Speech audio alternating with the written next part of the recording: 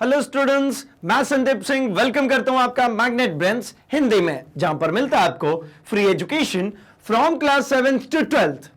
तो हम अब आपके लिए लेकर आ गए एक्सक्लूसिव बिहार बोर्ड के स्टूडेंट्स के लिए फिजिक्स की क्लासेस। जी हां, हम जैसे कि डिस्कस करेंगे हमारे विज्ञान के अंतर्गत आने वाला हमारा एक पोर्शन भौतिकी को बिहार बोर्ड के अकॉर्डिंग जो भी चैप्टर्स जो भी आपके बुक्स में गिवन है उसके अकॉर्डिंगली ये पूरा सेशन होने वाला है, जहां पर हम डिस्कस कर रहे होंगे आपके हर एक चैप्टर के कॉन्सेप्ट वीडियोस को, उससे जुड़ी हुई सभी न्यूमेरिकल्स को, उससे जुड़े हुए डेरिवेशंस को, डेफिनेशंस को, एंड उससे जुड़ी हुई MCQs type questions, fill in the blanks, choose the correct options के साथ साथ में जो अपने को आता है मैच द कॉलम, उसकी भी बात कर रहे होंगे। इसके साथ ही वन वर्ड आंसर्स जो होते हैं उसको भी डिस्कस कर रहे होंगे, प्लस जो प्रीवियस ईयर में आपके सवाल पूछे गए हैं आपके प्रश्न पत्रों में उनकी भी चर्चा, और जो इस वर्ष पूछे जा सकते हैं उन सभी चीजों की भी हम चर्चा करेंगे। तो मतलब क्लास 9th की फिजिक्स की क्लास मैग्नेट ब्रेन्स हिंदी पर शुरू हो चुकी है इसी सेशन के साथ में। तो चलिए भाई एक बार डिस्कस कर लिया जाए कि थ्रू आफ्टर द ईयर कौन कौन से चैप्टर्स हमें डिस्कस करने होंगे। तो हमें जो यहां पर डिस्कस करने हैं वो है चैप्टर्स, हमारा सबसे फर्स्ट जहां पर हम बात करेंगे हमारे विज्ञान और मापन की, ठीक है, जहां पर हम डिस्कस करेंगे बेसिक साइंस क्या है हमारी, मेजरमेंट क्या होता है, इनके हम डिस्कशन करेंगे। ठीक, इसके साथ ही साथ हम चैप्टर नंबर 2 में डिस्कस कर रहे होंगे हमारे मोशन की, हमारे गति की।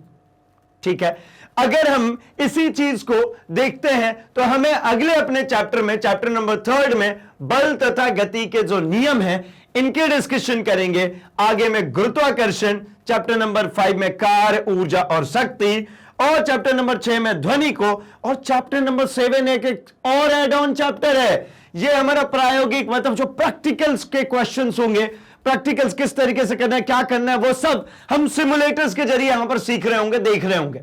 मतलब ये जो पूरे चैप्टर्स हैं ये अकॉर्डिंग टू एनसीईआरटी अगर आप फॉलो करते हैं तो वहां पे चैप्टर नंबर 8 से स्टार्ट होता है हमारा ये गति, और चैप्टर नंबर 12 तक आ जाता है ध्वनि। तो ये हमारा चलता है जो कि हमारी एनसीईआरटी बुक के अकॉर्डिंगली चलती है। लेकिन अगर हम कोई भी ऐसी बुक्स उठाते हैं एक्स्ट्रा नॉलेज के लिए, जब हम अपन बुक्स उठाते हैं तो हमें ये चैप्टर्स देखने को मिलता है हमारे फिजिक्स की बुक में। आप चाहे किसी भी पब्लिकेशन के बुक से पढ़ रहे हो ये पर्टिकुलर चीजें आपको मिल जाती है। चाहे आप भारती भवन पब्लिकेशन से पढ़ेंगे, आज it is same to same चीजें मिल जाती है। और हम मोस्टली भारती भवन पब्लिकेशन को फॉलो कर रहे होते हैं तो भाई ये सब कुछ आपको उसके फिजिक्स की बुक में देखने को मिल जाती है, जहां पर हमें डिस्कस करते हैं। एंड ये कुछ अलग नहीं है, ये विज्ञान और मापन कुछ अलग नहीं। अगर हम एनसीईआरटी के अकॉर्डिंगली बात करते हैं तो ये दोनों चैप्टर अल्टीमेटली मर्ज्ड है, इसके अंतर्गत डिस्कस हो ही जाता है। ठीक है ना, और ये प्रैक्टिकल्स हैं भाई, ये प्रैक्टिकल्स है, ये अलग से कुछ नहीं है, अलग से प्रैक्टिकल्स है बस। ठीक है, तो आइए जरा बात करते हैं कि इन चैप्टर्स के अंतर्गत इंडिविजुअली एक एक चैप्टर में क्या देखना है। ठीक है ना, तो चलिए शुरू करते हैं हम सबसे पहले हमारे विज्ञान और मापन को। तो भाई सबसे पहले तो इसमें यह सिखाया गया है कि साइंस क्या है, हमारी जो विज्ञान है ये विज्ञान है क्या, क्या होती है विज्ञान। तो मतलब किसी भी चीज के बारे में जो विशेष ज्ञान होगा उसी को विज्ञान कहेंगे। ठीक है, किसी भी टॉपिक के बारे में विशेष ज्ञान को लेना ही कहते हैं हम विज्ञान। अच्छा, तो विज्ञान में हम जब इनिशिएट करते हैं तो हम फिर जनरल स्टेटमेंट्स देना भूल जाते हैं। कैसा कि भाई थोड़ा सा होगा, ज्यादा होगा, बड़ा होगा, कम होगा, ऐसा कुछ स्टेटमेंट नहीं देते। ये सब जनरल स्टेटमेंट्स होती हैं। हम कैसे बात करते हैं, तो हम कहते हैं भैया ये दो लाइंस हैं, तो हम एक तो ये कह सकते हैं कि ये ए बी बड़ी लाइन है, सी डी जो है वो छोटी लाइन है। दूसरा कोई ये अगर कहता है कि भाई ये ए बी जो दिख रही है ना ये है हमारी 15 सेंटीमीटर की लाइन, और ये जो सी डी दिख रही है 12 सेंटीमीटर की लाइन। अब आपको कुछ नहीं कहना, सामने वाला ने बहुत कुछ समझ लिया इसमें। तो मतलब जब न्यूमेरिक टर्म्स में बात करनी होगी, जब नंबर्स के रूप में बात करने होंगे, तो हमें निकालना होगा इसका मापन, इसका मेजरमेंट। मापन क्या होती है, तो किसी भी अज्ञात चीज का ज्ञात से तुलना करना। जैसे आपने तराजू देखे ना, एक तरफ क्या कहते हैं तराजू में भाई, तो बाट रख देते हैं। बाट कैसा होता है, जो ज्ञात होता है, पहले से हमको पता होता है बाट का वजन। और दूसरी तरफ मान लीजिए सब्जी तौलना है, तो वो सब्जियों का वेट हमको पहले से नहीं पता। ठीक है, हम उनको क्या करते हैं, हम ऐसा करके तुलना करते हैं। तुलना होने के बाद हमको पता चल जाता है कि भाई सब्जियां इतने किलो है, ठीक। मतलब हमने किया कंपैरिजन, उसी चीज को हम कहते हैं मापन। और मापन जब जब आती है तो वहां से निकल के आती है क्या भाई, तो यहां से निकल के आता है मापन में, एक तो हो गया संख्यात्मक मान, कोई ना कोई एक संख्या आएगा, ठीक है, एक संख्यात्मक मान। और इस संख्यात्मक मान का तब तक कोई सार्थकता नहीं है जब तक कि इसके साथ में कोई इकाई न जोड़ दे, मतलब एक यूनिट आ सके। अच्छा, यूनिट संख्यात्मक मान से मतलब जैसे मान लीजिए 5 केजी लिख दिया, 5 का संख्यात्मक मान है, केजी यूनिट है, तो ये यूनिट क्या होती है भाई, तो ये यूनिट कई तरीके की चीजों पर डिपेंडेंसी होती है, ये हमको बताती है अल्टीमेटली नेचर ऑफ, ये बताती है हमारी नेचर ऑफ मेजरमेंट को, ठीक है ना। ये हमें बताती है जो मापन होती है उस मापन की प्रकृति को, मापन की प्रकृति को। जैसे मैंने केजी का, आपको समझ में आ रहा है भार है, अगर मैंने 7 लीटर लिखा होता तो आपको समझ में आता लीटर का मतलब क्या है, कुछ है जो लिक्विड है। तो मतलब एक बात समझ में आता है, जो इकाई है ये अलग अलग तरीके के नेचर को एक्सप्लेन कर सकती है।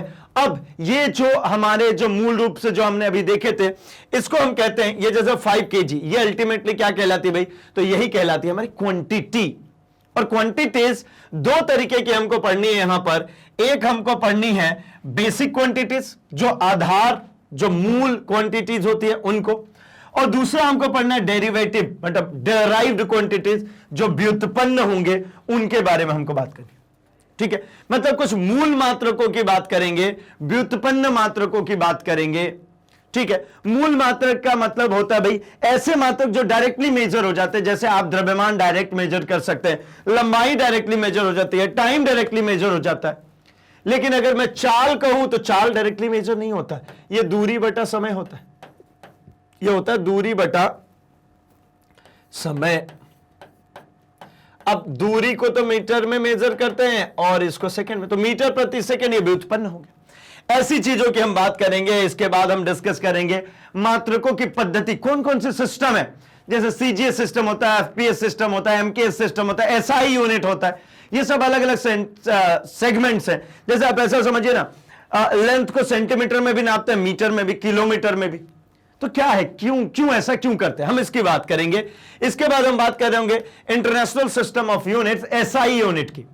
हम देखते हैं ना मैक्सिमम चीजों की जब सब कुछ लिख लेते हैं तो हम एसआई यूनिट लगाते हैं। फिर हम बात करेंगे एसआई के उपसर्ग की, ठीक है। कुछ कॉमन टर्म्स की बात करते हैं जो शब्दों के पहले लगते हैं और उसको एसआई में कन्वर्ट करते हैं। इसके बाद हम इसी चैप्टर के अंतर्गत बात करेंगे ताप की, ऊष्मा की, अल्टीमेटली जो हमारे बेसिक मूल राशियां जो हैं उन सभी की बात कर रहे होंगे, ठीक। ये चैप्टर ओवर होने के बाद हमारे पास इतनी नॉलेज मिल जाएगी कि एक्चुअली फिजिक्स है क्या, इसमें मापन क्या होता है, कैसे किसी चीज को मेजर किया जाता है, कैसे किसी चीज को एक्सप्रेस किया जाता है, किस तरीके से उनको लिखा जाता है, कैसे उनको ऑपरेशंस लगाए जाते हैं। अब बात करते हैं हम चैप्टर नंबर 2 गति, मोशन की। यहां पर गति की परिभाषा और उसके प्रकार की बात होगी। सबसे पहले गति होता क्या है, तो भाई किसी, ये जैसे देखिए ना, मैं अगर इसको नीचे से ऐसा छुपा लेता हूं तो ये अभी आप देखिए इसकी हेड पोजीशन के जरिए ये क्या लग रहा है, ये तो रुका हुआ ही लग रहा है। लेकिन इसको हटा दिया तो ये घास चलते हुए दिख रही है, तो मुझे लग रहा है कि भाई ये साइकिल वाला चल रहा है। अल्टीमेटली क्या समझ में आता है, तो ये समझ में आता है कि किसी का किसी के सापेक्ष, जैसे इस साइकिल का रोड के सापेक्ष क्या हो रहा है भाई, स्थान में परिवर्तन, इसी को तो गति कहते हैं। किसी के सापेक्ष स्थान में परिवर्तन होना ही कहलाती है क्या, गति। तो हम यहां पर बात कर रहे होंगे क्या भाई, सबसे पहले तो गति की परिभाषा।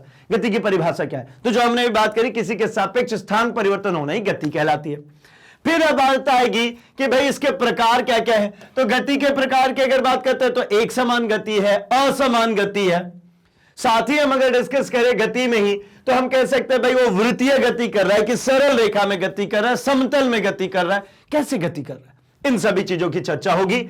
फिर बात आएगी गति से महत्वपूर्ण कुछ टर्म। अब भैया ये चल रहा है तो दूरी तय कर रहा है ना, स्थान में परिवर्तन होने का मतलब क्या है, दूरी तय करना। तो मतलब हम बात करेंगे दूरी की, और यही दूरी किसी एक दिशा में हो, यही दूरी किसी एक नियत दिशा में हो, नियत दिशा में हो, तो इसी को कहते हैं भैया विस्थापन।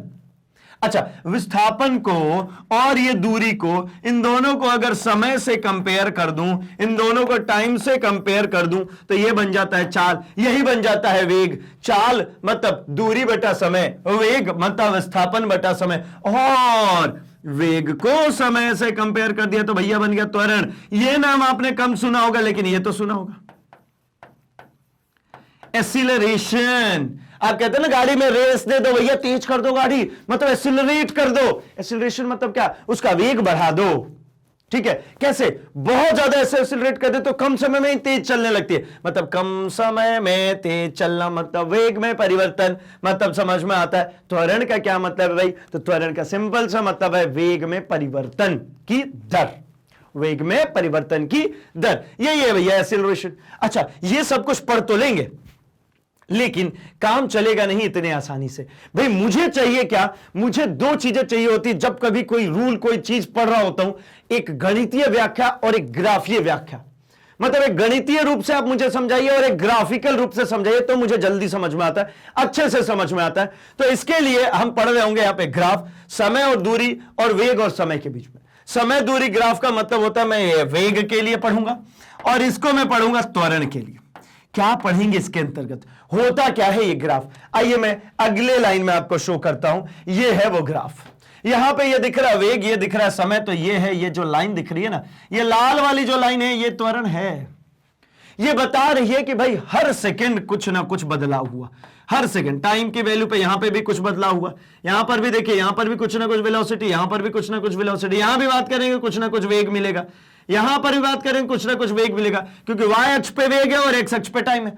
मतलब हर समय कुछ ना कुछ वेग में बढ़ोतरी मिलती चली जा रही थी। ये हमको बताया किसने भैया, ये बताया हमको ग्राफ ने।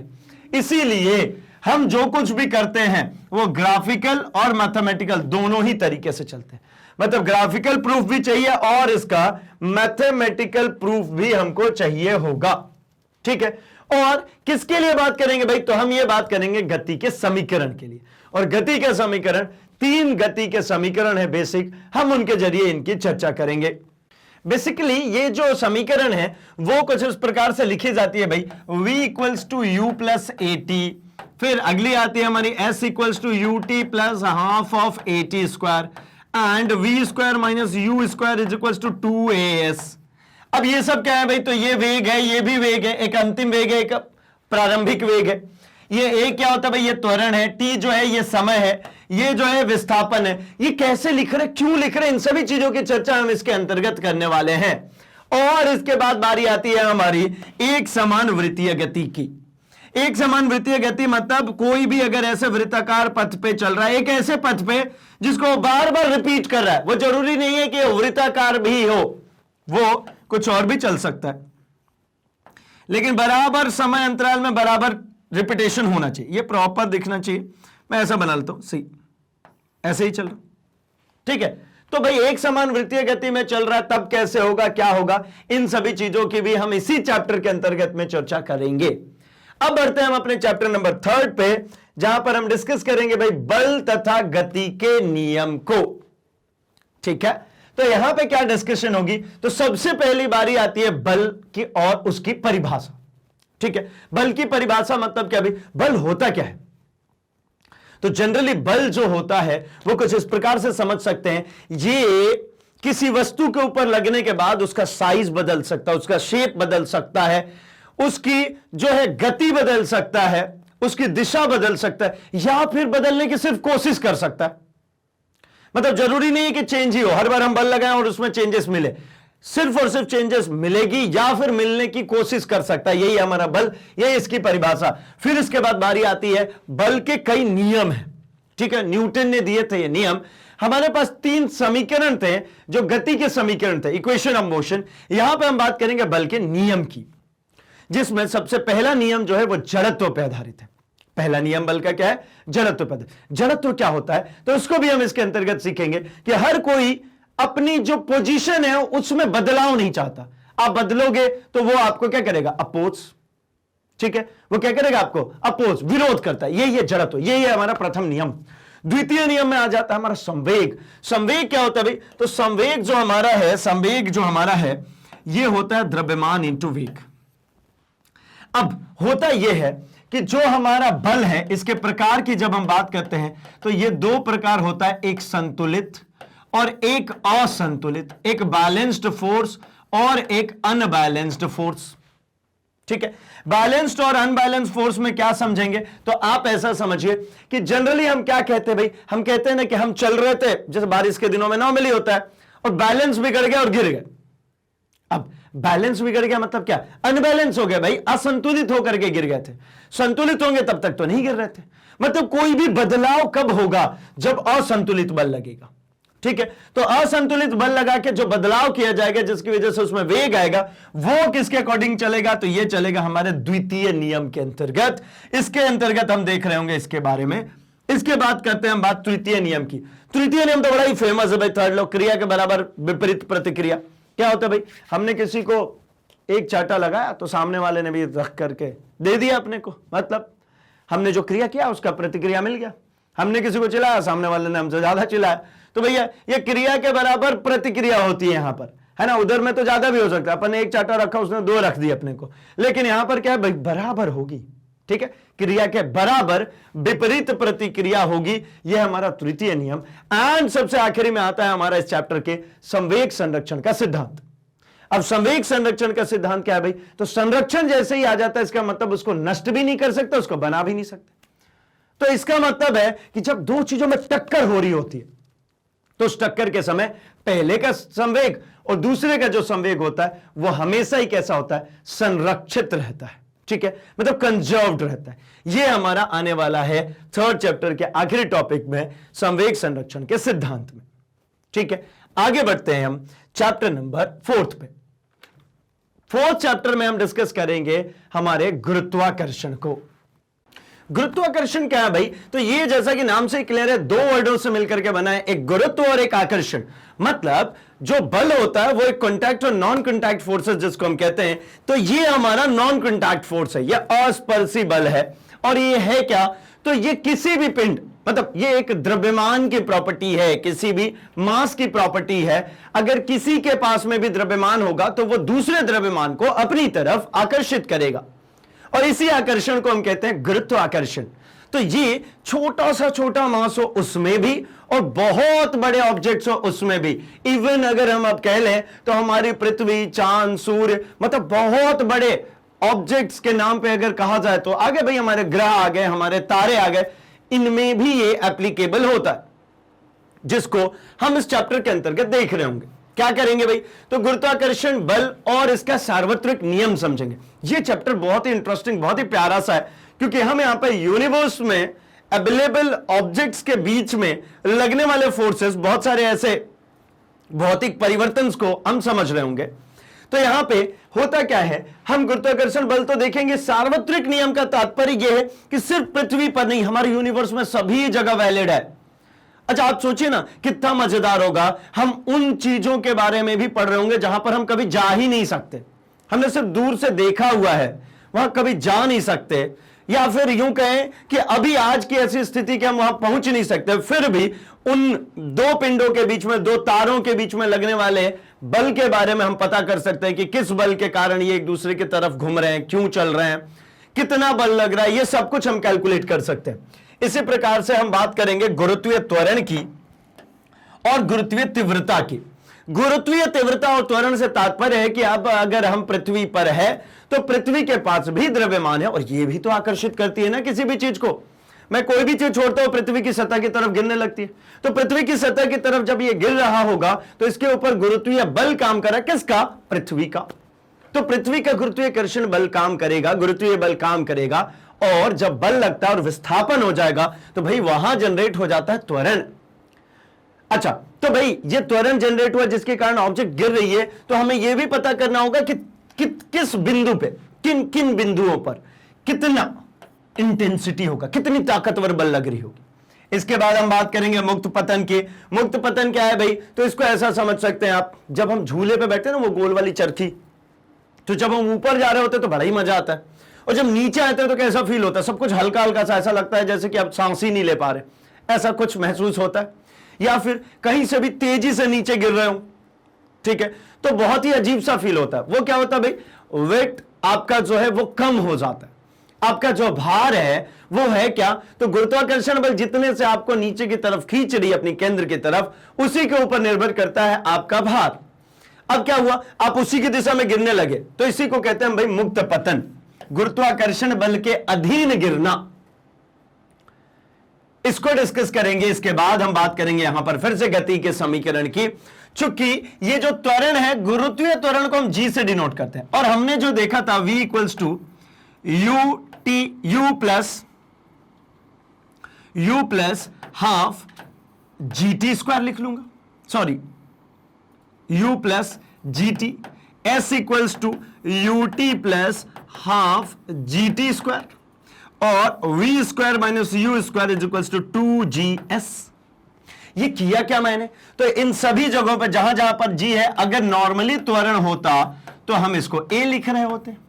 अब सिमिलरली यहां पर जो हाइट होता है इसको h से डिनोट करना शुरू कर देते हैं, ये जो s लिखा था इसको h से डिनोट करना शुरू कर देते हैं। ये क्यों करते हैं, कैसे करते हैं, ये सब कुछ हम सीख रहे होंगे गति के समीकरण में।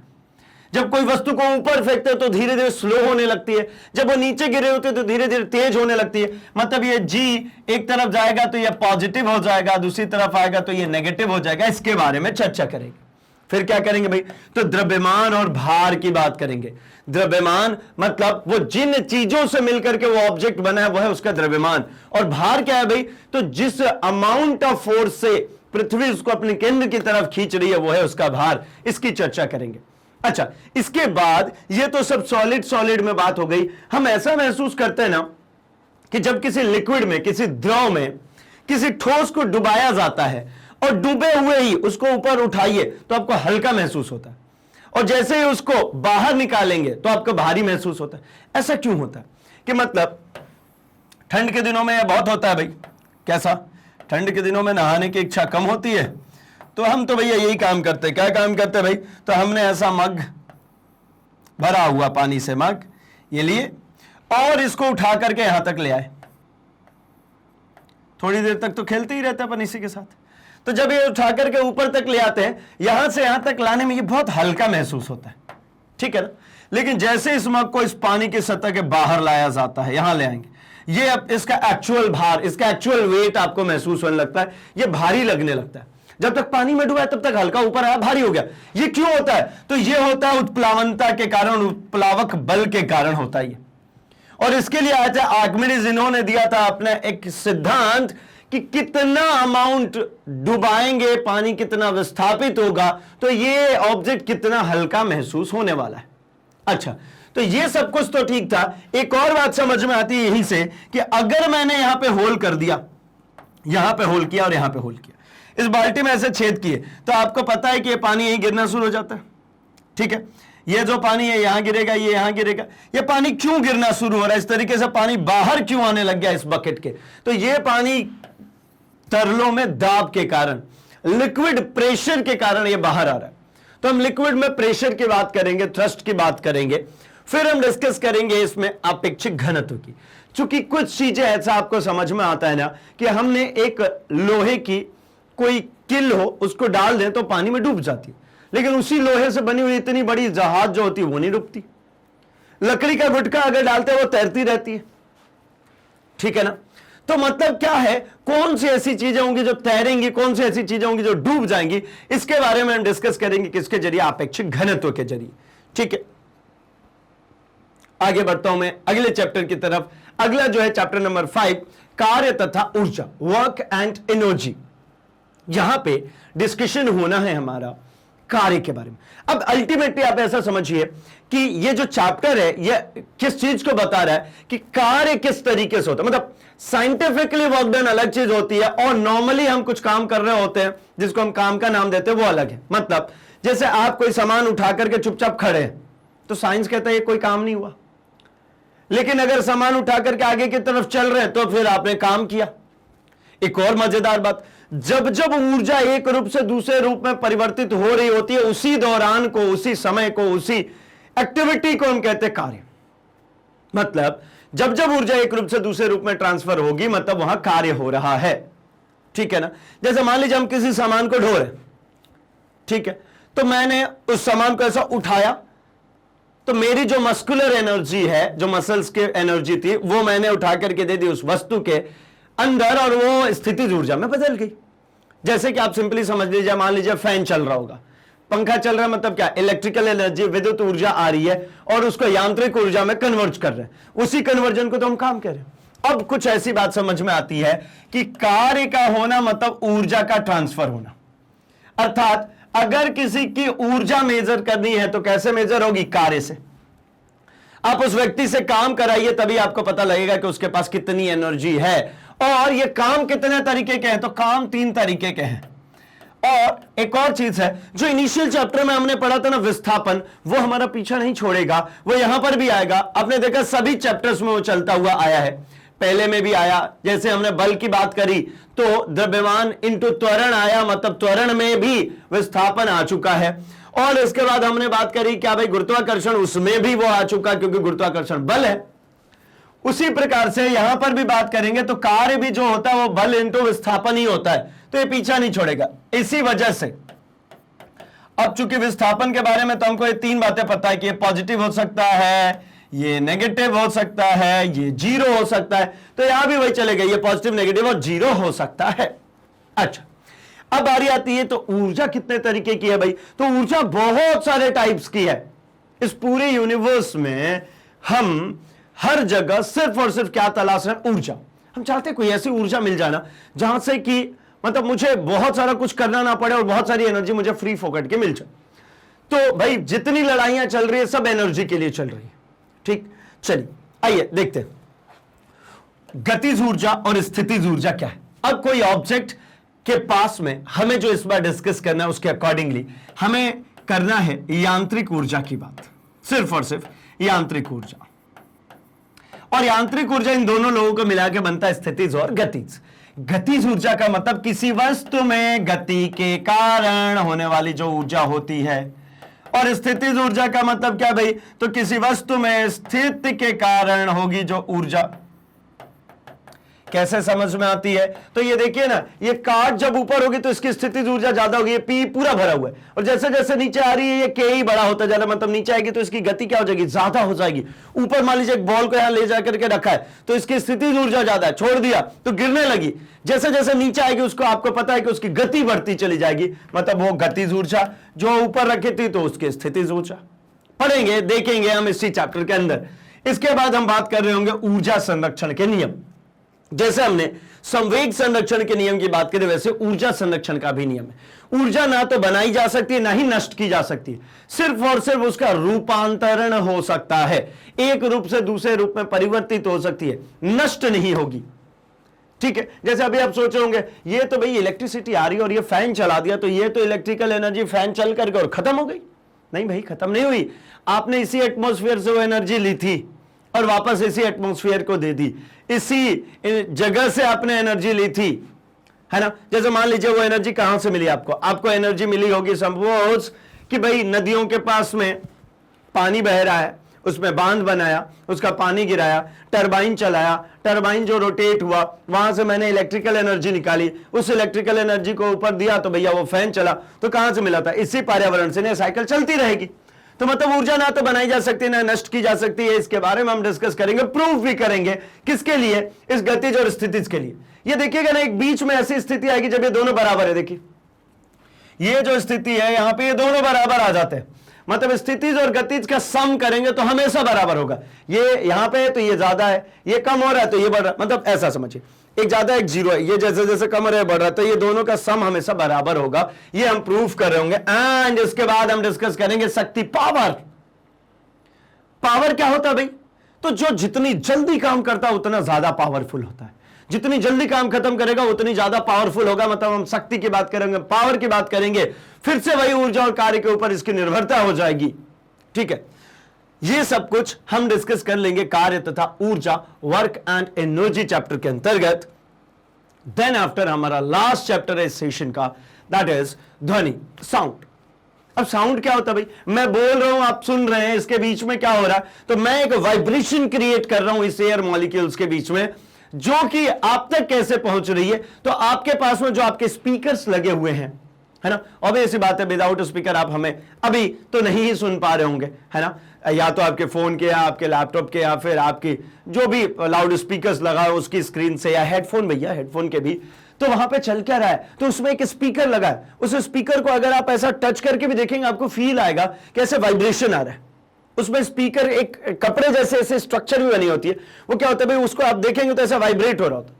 वो वाइब्रेशन क्या करता है, तो किसी भी मीडियम के मॉलिक्यूल्स के अंदर आपने क्या किया, टक्कर। जैसे यहां पे एयर के मॉलिक्यूल्स है, मैं बोल रहा हूं तो मैं क्या कर रहा हूं, यहां पे एयर के मॉलिक्यूल्स को जैसे टकरा रहा हूं, ये टक्कर हो रही है। इस टक्कर से हो क्या रहा है, इस टक्कर के जरिए मेरी एनर्जी जो मैं प्रोड्यूस कर रहा हूं, ध्वनि ऊर्जा, ये ट्रैवल हो रही है एक जगह से दूसरी जगह। और इसका रिसीवर है आपके पास, आपका कान, उसमें भी एक ऐसा पर्दा लगा है। वो ये जो टक्कर आते हैं ना, उसके जरिए वो ऐसा वाइब्रेट होता है। उसी वाइब्रेशन के जरिए आपका ब्रेन समझ पाता है कि भाई कोई ध्वनि आ रही है। कौन सी ध्वनि आपको समझ में आती है, जो आपने पहले से ही सुन रखी हो। अच्छा, कुछ दूसरे लैंग्वेज में कोई बातचीत चल रही है तो मेरे लिए तो शोर हो जाती है, नॉइज हो जाती है, लेकिन मेरे ही लैंग्वेज जो मैं समझ सकता हूं वो आ रही है, भले मैं नहीं चाहता हूं सुनना, फिर भी कानों में जाएगी तो मेरा ब्रेन प्रोसेस कर रहा होता है। ऐसा होता है ना। चलिए, बहुत सारे ऐसे गाने चल रहे होते हैं जिसमें मुझे कोई इंटरेस्ट नहीं है, लेकिन बज रहा है बाजू में बहुत तेज तेज तेज तेज, तो भैया वो कानों में तो आता ही है, और हम चाहते नहीं है फिर भी हमको सुनाई देता है। अच्छा, तो मतलब भाई हमारा कोई कंट्रोल नहीं है कान पे कि हमने ऐसा कुछ कर लिया, अभी तो भैया बंद कर लीजिए, ऐसा है ना, कर भी सकते हैं, जो क्लासरूम में करते भी होंगे। ठीक है, मैं आगे बढ़ता हूं अपने पॉइंट पे, और ये भी कहते हुए कि भाई ये जो कहते हैं ना, एक कान से सुना और दूसरे कान से निकाला, ऐसा कुछ होता थोड़ी है, ऐसा हो ही नहीं सकता। जो सुना भैया हमारा ब्रेन प्रोसेस करता ही करता है, और नहीं सुनने के लिए भैया वो रुई हुई लगा करके बैठे आते, भैया आप पढ़ाओ ना, कितना पढ़ाओगे, मैंने नहीं सुनना। तो भैया ऐसा काम ना करें, है ना, नहीं तो फिर बाद में आपको ही सुनना पड़ेगा वो वाले शब्द जो कि आप सुनना नहीं चाहते हैं। इसलिए कान की रुई बाहर निकालिए, क्लासेस कवर कीजिए। आइए हम बात करते हैं ध्वनि का उत्पाद। आपको समझ में आ गया होगा कि ध्वनि उत्पादित कैसे किया जाता है, वाइब्रेशन के जरिए। संचरण कैसे होगा, एक जगह से दूसरी जगह चलेगा कैसे, तो तरंगों के जरिए। और ये हमेशा ऐसा चलता है, जैसे वो अर्थवॉर्म को चलते हुए देखा होगा ना, ऐसे ऐसे ऐसा ऐसा, मतलब कंप्रेशन रेररफेक्शन, कंप्रेशन रेररफेक्शन, ऐसे तरीके से चलता है। ठीक है, क्या होता है इसके अंतर्गत, ये देखिए, ये वाइब्रेशन कैसे निकले, ये बीच में गैप है, ये वाइब्रेट हो रहा है, तो ये इस तरीके से चलता है। मतलब हम यहां पर दो तरंगों की बात करेंगे, एक लॉन्गिट्यूडनल और एक ट्रांसवर्स वेव। ठीक है, ये दोनों तरंग हैं, इनकी हम डिस्कशन करेंगे, इसके संबंधित बहुत सारे टर्म्स को पढ़ेंगे। क्या क्या चीज आएंगी भाई, तो इन वेव्स में आता है हमारे पास में आयाम, फ्रीक्वेंसी, आवृत्ति। ठीक है, मतलब माध्यम पहले तो पढ़ेंगे कि भैया ये कैसे चलेगा साउंड, फिर हम इसकी चाल की बात करेंगे, भाई ये ठोस में तेजी से चलेगा, द्रव में चलेगा, या फिर गैस में चलेगा। ठीक है, तो ये देखिए, ये टकराव है, जिसके कारण जितने पास होंगे उतना आसानी से टकराता हुआ चलेगा, मतलब ठोस में सबसे ज्यादा चलेगा। फिर इसके बाद हम बात करेंगे इसकी चाल की, है ना, आवृत्ति की बात कर रहे होंगे, फ्रीक्वेंसी की बात करेंगे, समय अंतराल की बात करेंगे, टाइम पीरियड की, तरंग दैर्घ्य की बात कर रहे होंगे। ठीक है, इसके बाद डिस्कस करेंगे हम ध्वनि के परावर्तन की। आपने ऐसा सुना होगा ना कि जब खाली कमरा होता है हम बोलते हैं तो ध्वनि जाती है टकरा करके फिर हमारे कानों तक आ जाती है, यह ध्वनि का परावर्तन है। हम इसकी डिस्कशन करेंगे, इसकी यूटिलाइजेशन भी देखेंगे, बहुत सारे इसकी यूटिलिटी भी है। जैसे आपने वो हॉर्न देखा होगा, इस तरीके से साउंड हॉर्न जो होता है ऐसा पतला होता है, आगे चल के ऐसा बड़ा होता चला जाता है, ऐसा। ये हॉर्न क्यों इस तरीके से बनाते हैं, या फिर उसको हॉर्न कहते ही क्यों है, क्योंकि वो बार बार रिफ्लेक्शन ऑफ साउंड करके उसका जनरेशन, मतलब उसकी डिस्टेंस ज्यादा दूर तक जाने के लिए बना देता है। करेंगे इसकी चर्चा। फिर हम प्रतिध्वनि और पराध्वनि की बात करेंगे। ठीक है, प्रतिध्वनि मतलब रिपीटेशन, इको की बात कर रहे होंगे। इको के साथ साथ में ही हम यहां पे अनुरणन की भी बात करेंगे भाई, टोन की बात करेंगे, पिच की बात करेंगे, नोट की बात करेंगे। ये सारे जो म्यूजिकल इंस्ट्रूमेंट्स होते हैं उनमें काम आते हैं, या फिर जो म्यूजिक में इंटरेस्ट रखते हैं उनको पता होगा भैया पिच क्या होता है, टोन क्या होता है, नोट क्या होती है। तो हम उनकी चर्चा कर रहे होंगे, साइंटिफिकली अल्टीमेटली वो क्या होते हैं। ठीक है, क्या ये सिर्फ म्यूजिक में ही है फिर, या फिर हमारी आम बोलचाल की भाषा में भी यूटिलाइज होती है, तो बिल्कुल ये सब कुछ होता है। चलिए आगे हम बात करेंगे भाई पराध्वनि, अल्ट्रासाउंड। अल्ट्रासाउंड तो आपने बहुत कॉमन है भाई, मेडिकल इंडस्ट्रीज में आपने बहुत नॉर्मली सुना होगा, नहीं सुना होगा तो बोर्ड्स तो खूब सारे पढ़े होंगे आपने, जो भी शहर गांव जहां भी रहते हैं उसके आसपास में वो लिखे लिखे रहते हैं बहुत बड़े बड़े, अल्ट्रासाउंड फलाना, अल्ट्रासाउंड जांच घर, and all and all and all, बहुत कुछ। खैर, पराध्वनि क्या होती है, अल्ट्रासाउंड क्या होता है, तो इसके मेडिकल यूसेस भी है और बहुत सारे इंडस्ट्रियल यूसेस भी है। पराध्वनि मतलब हमारी एक हियरिंग रेंज है जिसके बियॉन्ड हम सुन नहीं सकते, मतलब न्यूनतम हम 20 हर्ट्ज से नीचे नहीं सुन सकते और अधिकतम 20,000 हर्ट्ज से ज्यादा नहीं सुन सकता मैं। तो भाई 20,000 हर्ट्ज से ज्यादा की जो ध्वनि होती है वो पराध्वनि हो गई, और इसके लिए इसको यूटिलिटी क्या होगी, तो हम जहां पहुंच नहीं सकते वहां पे ये वेव्स पहुंच सकती है, ठीक है ना। तो उस जगह पे मतलब जैसे मान लीजिए बॉडी में कहीं कोई दिक्कत आ जाती है तो ऐसा कहते हैं डॉक्टर्स के भी अल्ट्रासाउंड कराइए। अल्ट्रासाउंड में क्या मिल जाता है, जहां वो डिफेक्ट्स है उसका पता लगाया जा सकता है। किस तरीके से हम इसकी बात करेंगे, फिर हम बात करेंगे पराध्वनि का एक और उपयोग जिसको हम कहते हैं सोनार। सोनार क्या है भाई, साउंड नेविगेशन एंड अरेंजिंग। इसका यूज क्या है, तो जैसे मान लीजिए जो समुद्र में भाई कोई सीप है, आप इसको पता करना है कि नीचे कितना गहराई है, नीचे कहां तक ऐसा पानी है, नीचे कोई जलीय जीव है, नीचे कोई ठोस है, नीचे कोई मेटल है, क्या है, तो ये यहां पे ऐसे एक वेव छोड़ता है, ये वेव यहां से टकराएगी और टकरा करके वापस इस शिप पे चली जाएगी। तो हमको ये वेव जो भेजा था इसकी चाल पता रहती है, समय हम नोट कर लेते हैं, तो समय और चाल अगर हमको मालूम चल गया तो हमें दूरी मिल जाएगी, ठीक है। दूरी क्या हो जाएगी, चाल गुणे समय, तो मुझे इससे दूरी का पता लग जाता है। तो यही होता है हमारा सोनार। इसके और भी काम है, बहुत सारी यूटिलिटीज, हम उनकी डिस्कशन इस चैप्टर के अंतर्गत कर रहे होंगे। मतलब अल्टीमेटली अब तक आपको समझ में आ चुका है कि कौन कौन से चैप्टर्स हमको इस साल पढ़ने हैं, क्लास 9th में कौन कौन से चैप्टर्स पढ़ने हैं और किस तरीके से हमारे फंडामेंटल्स को क्लियर करने हैं, कैसे हमारे बेसिक्स प्रिपेयर करने हैं भाई। क्योंकि यही वो क्लास है जहां से हम किसी भी बहुत बड़े एग्जामिनेशन की भी तैयारी की शुरुआत कर रहे होंगे। और कहते हैं ना, आगाज बहुत अच्छा होना चाहिए। अगर अंजाम बहुत अच्छा करना है, अगर रिजल्ट बहुत अच्छा लाना है, तो आगाज बहुत अच्छा होना चाहिए, शुरुआत बहुत अच्छी होनी चाहिए। मतलब ये जो 9th क्लास है, यहीं से वो झलक दिख जानी चाहिए आगे क्या होने वाला है ना। वो ट्रेलर आता है ना, ट्रेलर क्यों आता है ये ट्रेलर, क्योंकि उससे पता चल जाता है कि मूवी में क्या होने वाला है। तो ये वही ट्रेलर है। यहां पे मुझे इतनी तैयारी करनी है कि भाई हमारे घर वालों को, हमारे आसपास वालों को और हमारे खुद को भी, हमारे खुद के ब्रेन को हमारे ऊपर ही यकीन नहीं होता, तो उसको भी पता लग जाना चाहिए भाई कि मुझे ये काम करने जाना है, मुझे जेई जैसे एग्जाम्स क्रैक करने, मुझे नीट जैसे एग्जाम क्रैक करने, या फिर आगे चल के मुझे यूपीएससी पीएससी जैसे एग्जाम्स क्रैक करने, या फिर मुझे और किसी विंग में जाना है, मुझे नेविगेशंस में जाना है, मुझे एविएशंस में जाना है, ठीक है। जिस भी किसी फील्ड में जाना, सबकी शुरुआत यही से होती है। तो क्या सब में साइंस लगता है क्या? हाँ, सब में साइंस लगता है। क्यों साइंस लगता है भाई? क्योंकि हमारा ब्रेन को खोलेगा कौन, चलाएगा कौन? साइंस। तो सब जगह लगेगी। तो भाई बाकी कोर्स कंटेंट के लिए क्या करेंगे? ये तो हमने अभी तक सिर्फ फिजिक्स की बात करी। बाकी कोर्स कंटेंट के लिए आप अपने सर्च बॉक्स में लिखते हैं magnetbrains.com, आपके सामने ऐसा एक पेज ओपन होता है जहां पर आप अपने टॉप कोर्सेज को एक्सप्लोर कर सकते हैं, क्योंकि यही है India number 1 100% free online educational platform, जहां पर आप देखेंगे कि लगभग हर डोमेन में आपके पास में वीडियोस, क्लासेस मिल जाती। कैसे भाई? तो आप अगर सीबीएसई इंग्लिश मीडियम से हो, या फिर आप सीबीएसई हिंदी मीडियम से हो, या फिर आप किसी भी स्टेट बोर्ड से हो, आप सभी की स्टेट बोर्ड एनसीईआरटी ही फॉलो करती है, एंड ये पूरे लेक्चर्स एनसीईआरटी बेस्ड पर ही आते हैं। आप जैसे इसको क्लिक करते हैं, आपकी क्लासेस ओपन हो जाती है। आप अपने क्लास को क्लिक करते हैं, इसके बाद आपके सब्जेक्ट्स ओपन होने लगते हैं। यहां पर अगर आप देख पा रहे होंगे तो इसके अलावे IIT, JEE, NEET, UPSC, CUET, CUET की अपन ने बात करी, उसके साथ साथ ओलंपियाड, एनटीएससी, अगर आप स्पोकन इंग्लिश भी चाहते हैं वो भी मिलता है यहां पर।